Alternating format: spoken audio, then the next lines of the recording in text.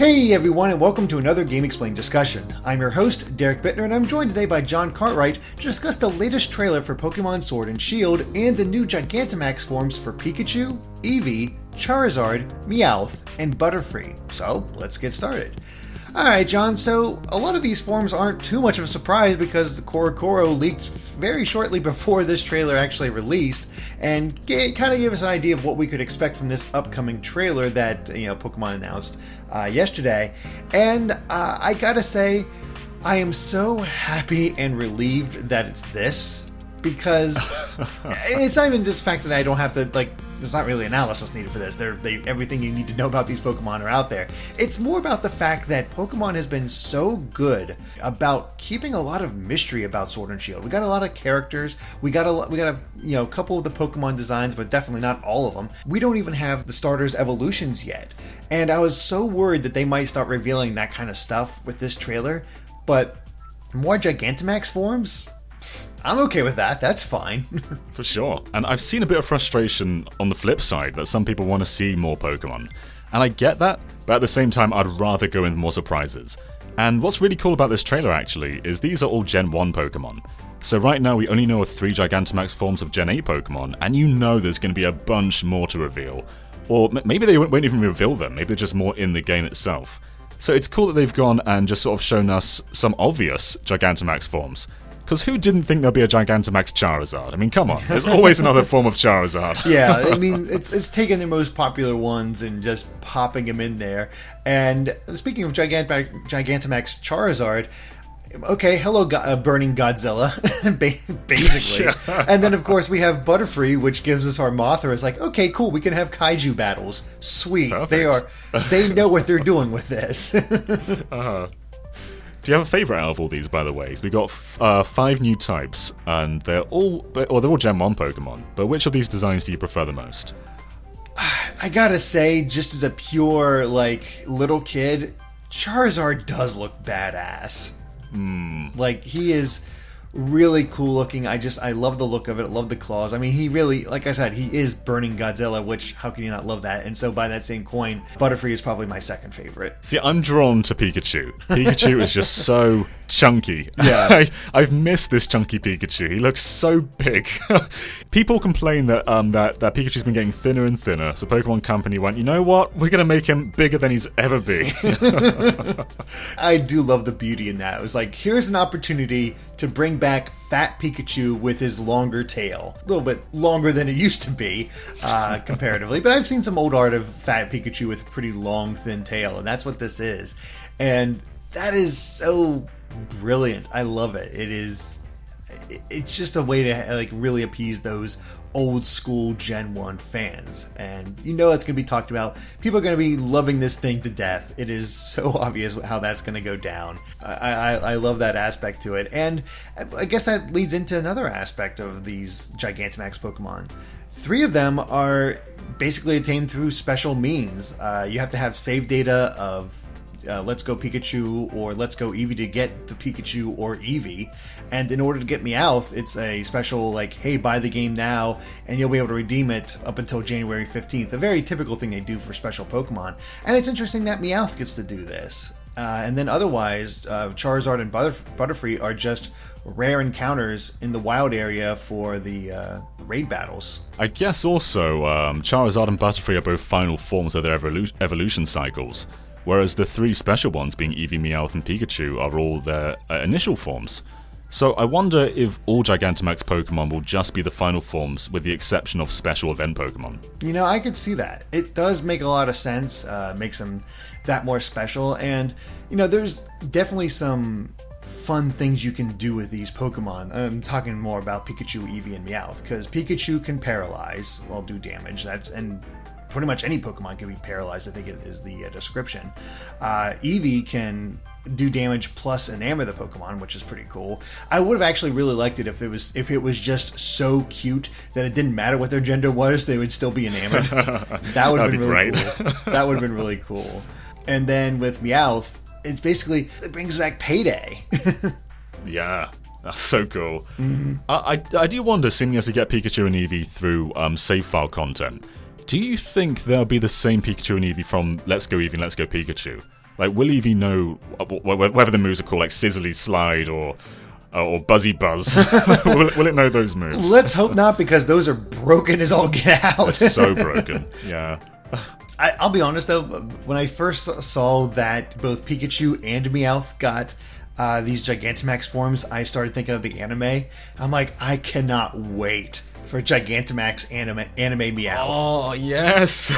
That's going to be so good. Mm-hmm. Also, I love that Meowth is kind of based on that long cat meme. It's quite an old meme at this point, but that's basically exactly what it is. They've just taken Meowth and stretched him out. It's so good. Again, the designs are really strong across the board. I'd say Eevee's probably the most basic. It's just making his poof fluffier. Yeah. Though his cry's just absolutely terrifying. Like, he comes out and he just goes, Eevee.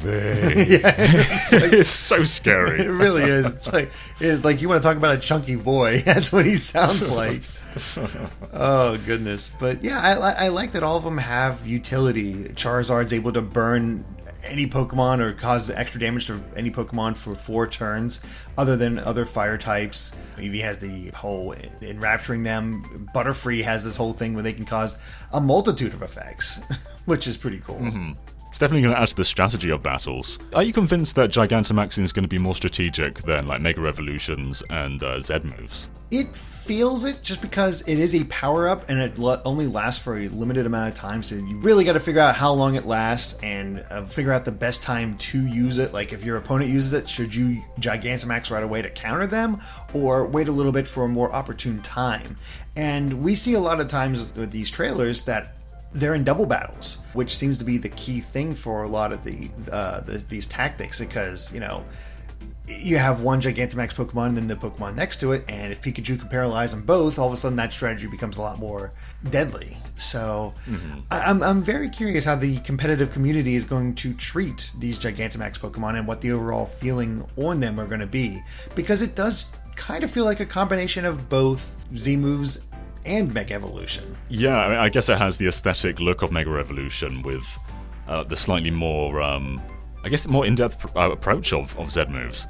And I guess it's also going to change how you arrange your party, because you're not just looking at what Pokemon you want for specific battles, but also which ones can Gigantamax and what benefits they're going to have for the battle. It's not just about type advantages anymore. There's so much more depth with these Gigantamax forms. Mm-hmm. And it even goes even beyond that, because thanks to the Dynamaxing, where any Pokemon can get bigger and become stronger, so you can still stick with your favorites, have them do more damage, and their special moves, they do basically kind of work like this as well, where they have these special effects that could really turn the tide of battle. So it seems like something that offers a lot of depth. I will say that I keep staring into the eyes of Gigantamax Meowth, and he's pretty freaky when you stare at him for longer. Yeah. All the other Gigantamax forms, they have pretty normalized, but Meowth is just this void of yellow.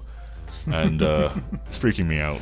Yeah, I mean, they say he's actually pretty deadly, because they have this artwork of him bending over, where it described on the Pokemon website. It says it can cause tremendous damage when it sharpens its claws. Meowth loves shiny objects, and when it sees skyscrapers lined with glass, it won't be able to resist the urge to sharpen its claws on them. Oh my. You're so right about the anime. This anime season, or at least the next one, whatever one takes place in the Galar region, it's going to be so much fun. They're going to have so much fun with Gigantamaxing Pokemon. There's going to be so many good plots around this. Yeah, I really think so. Ash is, of course, doing something a little different with kind of a world tour that we don't know a whole lot about yet. But he's looking at what's in the Galar region and what they can bring over. There's just so much potential there, and I'm really looking forward to seeing what they do with it. I don't know, there's not a whole lot to say about Gigantamax Pokemon. It's kind of like, there they are, there's the design, okay, we're done. Mm-hmm. I just appreciate that we only know about 8 of them. They could have given us this giant list of every Pokemon that Gigantamaxes, but they haven't, and we're at a point where we don't really know that much about the Galar region's Pokedex. We don't know how many new Pokemon there are going to be, and just looking at the list of ones that we do know, it's pretty small. And it's been a while since I've gone into a Pokemon game knowing very little about it. And I feel like one of my favourite Pokemon memories was playing Pokemon Black and White for the first time, and just every encounter being new. I wasn't like following every news article for Black and White, so it just felt so fresh, that entire adventure. And I hope that this can kind of recapture that feeling. Yeah, I can't remember the last time I went into a Pokemon game and didn't know the final evolution of my starter. Like, maybe the first one. Or maybe Gen 2. Maybe. Somewhere around there. But, you know, something about it just is really cool. And, you know, it kind of makes that first choice really all that more special. Like, okay, this is who I'm picking. This is who I'm sticking with. And you might be happy with the end result. You might not be. It's hard to say, but it's an adventure. Yeah, that's the point. Yep. But my big fear is I'm still kind of on pins and needles because Nintendo and Pokemon Company love to play coy for a little bit on a few things, and then right before it comes out, here's everything. Yeah. Or here's this really big cool thing that they didn't need to put out there. So I'm really hoping they resist that urge. It's usually post-game content that they can't resist sharing before launch. Like whether it's like you can fight red and blue or greens in this game, they love throwing stuff like that right at the very end. So either go on media blackout or just don't do it, Game Freak. Yeah, exactly. And yeah, I think that pretty much covers it for our Gigantamax discussion. Cool stuff, but not too much information, so that's kind of perfect. And just want to thank you for watching, and if you like this video, be sure to like us on Facebook and Twitter at GameXplain. And of course, be sure to subscribe to GameXplain for more on Pokemon and other things gaming as well. Until next time, bye.